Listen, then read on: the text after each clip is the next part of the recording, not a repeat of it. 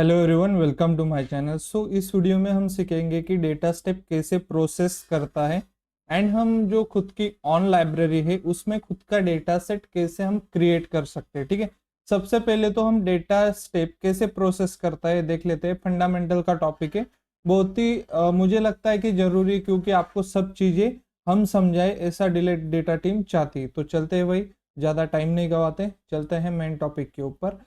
आपको ऐसा समझना है जैसे आप लिखते हो, फॉर एग्जांपल एक डेटा स्टेप लिखते हो यानी एक प्रोग्राम लिखते हो डेटा स्टेप का। ठीक है, डेटा स्टेप क्या होता है उसके बारे में हमने पिछली वीडियो में बात किया है। ठीक है, अब डेटा के बाद हम कुछ भी लिख देते हैं। फॉर एग्जांपल पीसीए लिखते हैं डेटा सेट का नाम, एंड देन यहाँ पे सी सेट कीवर्ड लिखते हैं।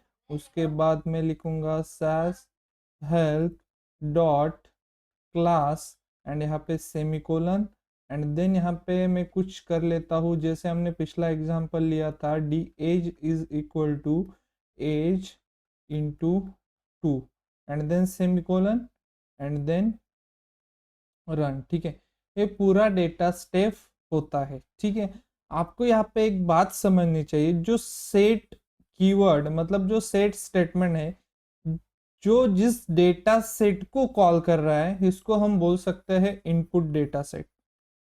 क्या बोल सकते हैं हम इसको? Input data set.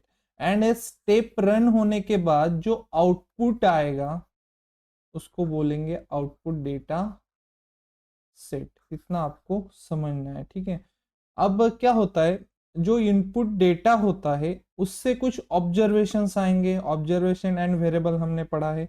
आप अभी तक इतना समझ लीजिएगा, ऐसा कोई प्रोग्राम है इसको आप रिमाइंड रखिएगा। आपको समझना है इनपुट में कुछ तो रो है एंड वो जाएंगी आउटपुट में। वो कैसे जाएंगे हम देखते हैं। ठीक है, फॉर एग्जांपल जो इनपुट डेटा सेट है, मैं बना लेता हूँ इनपुट डेटा सेट।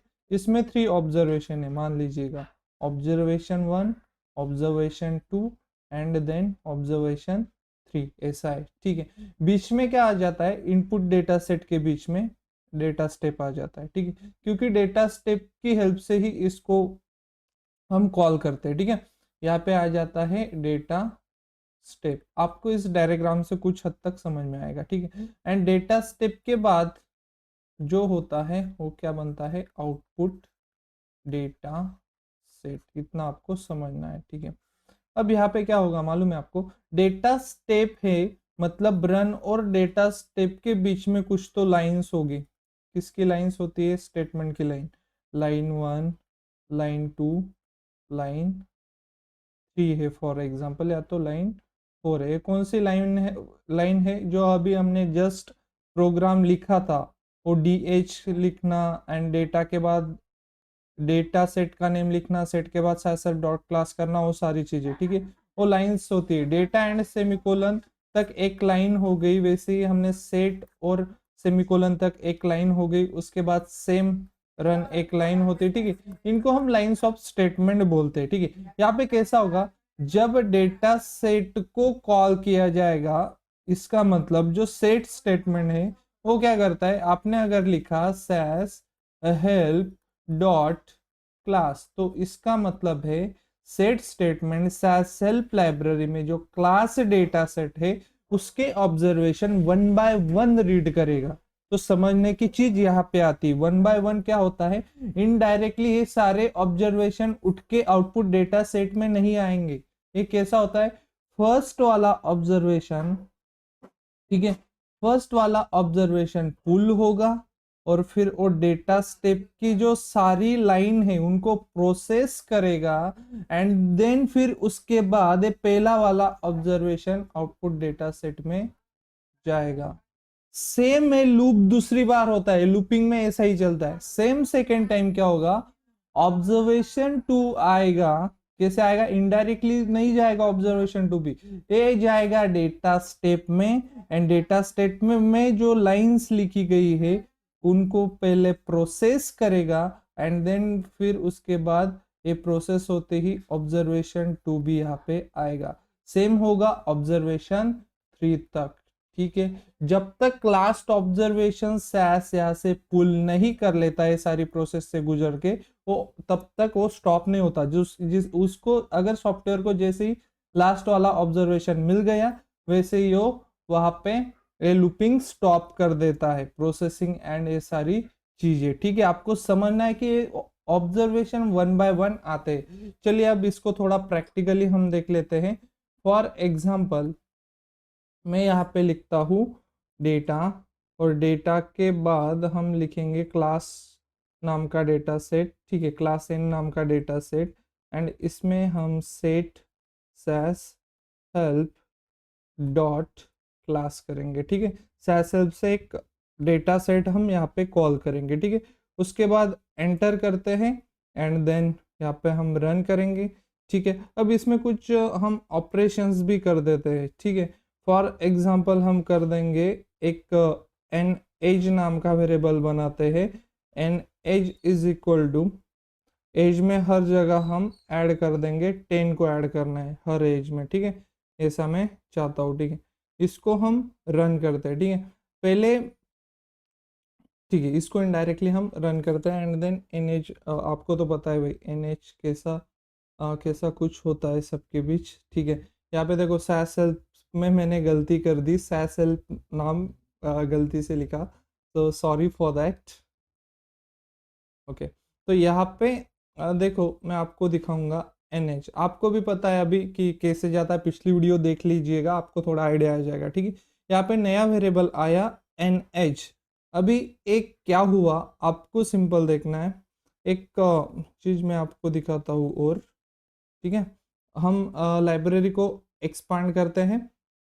मैं जाऊँगा सैस हेल्प में, यहाँ पे सैस हेल्प में जाते हैं एंड देन यहाँ पे है हमारा क्लास डेटा सेट। ठीक है, क्लास डेटा सेट को मैंने ओपन कर लिया। देखो क्लास डेटा सेट ऐसा है, इसमें कोई भी अभी तक एनएज नाम का वेरिएबल यहाँ पे आपको नहीं दिख रहा होगा। ठीक है, इसको बोला जाएगा इनपुट डेटा सेट, जैसे मैंने एक्सप्लेन किया। ठीक है, आपको मैं एक एग्जांपल देता हूँ। ये जो ऑब्जर्वेशन है, मेरा कहने का मतलब इतना ही, ये जो पूरे के पूरे ऑब्जर्वेशन है, पूरे के पूरे नहीं चले जाएंगे नए जो डेटा स्टेप एग्जीक्यूट होती है, जो नया डेटा सेट क्रिएट हुआ, क्लास एन कुछ तो नाम दिया है हमने, उसमें ये पूरे के पूरे एक साथ नहीं जाते।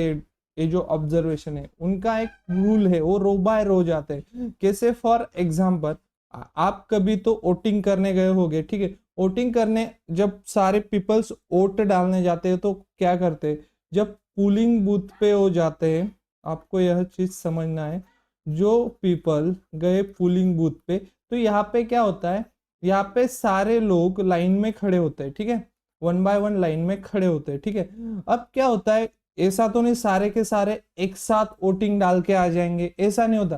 पहले जो लाइन में फ्रंट में जो खड़ा होगा वो पीपल जाएगा, वो इनडायरेक्टली वोट डालने नहीं जा सकता, वोट डालने वो इनडायरेक्टली नहीं जा सकता, उसको कुछ प्रोसेस करनी होती है वहां पे, उसका नाम बोलेगा, आईडी दिखाएगा, वो प्रोसेस पूरी जब मीट हो जाती है उसके बाद ही वो वोट डालने जा सकता है।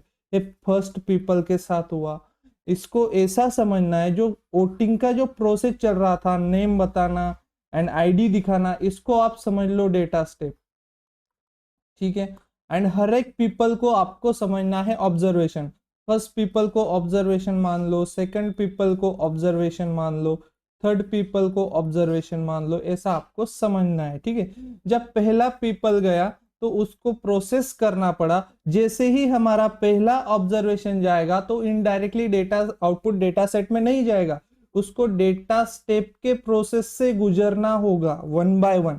जब ये पूरा प्रोसेस से गुजर जाएगा, एक कंप्लीट उसमें चला जाएगा, उसके बाद ही सेकंड ऑब्जर्वेशन जाएगा, सेम प्रोसेस से सेकंड ऑब्जर्वेशन जाएगा।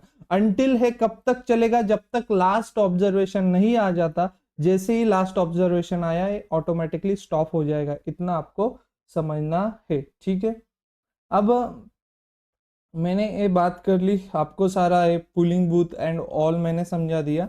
अब यहाँ पे देखो, यहाँ पे भी वैसा ही हुआ। ठीक है, जब मैं आपको फाइनल डेटा सेट इसको रन करके दिखाऊंगा तो यहाँ पे क्या हुआ, यहाँ पे वैसा ही हुआ। मैंने यहाँ पे आपको दिखाया ना, यहाँ पे कैसा हुआ, यहाँ पे देखो, ये जो फर्स्ट नेम था ना, ए फर्स्ट रो, ये जब पहली बार गया होगा तो इसने क्या करा, ये गुजरा डेटा स्टेप से। ठीक है, फॉर एग्जांपल डेटा स्टेप कहाँ पे, यहाँ पे ये देखो, डेटा स्टेप में गुजरने के बाद ये first line, second line, third line, ठीक है, ये फोर्थ लाइन, इसको भी समझ लो, ठीक है। अब इसने क्या करा, यहाँ पे पढ़ा कि मुझे एक क्लास एंड नाम का डेटा सेट क्रिएट करना है, फिर सेट से इनपुट डेटा सेट कॉल होगा, इनपुट डेटा सेट का जो पहला ऑब्जर्वेशन मतलब जो एफ्रीड है वो पहला ऑब्जर्वेशन यहाँ पे आएगा, एंड पहला ऑब्जर्वेशन के बाद नीचे सॉफ्टवेयर देखता है कुछ कैलकुलेशन लगाने हैं, कुछ प्रोसेस करना है क्या और भी सेट के बाद, अगर है तो प्रोसेस पहले पहले फर्स्ट वाले ऑब्जर्वेशन पे सारे प्रोसेस अप्लाई होंगे, एंड देन सब एन एज वगैरह कैलकुलेट करने के बाद ये पहला observation final output data set में जाएगा पहली बार, ठीक है।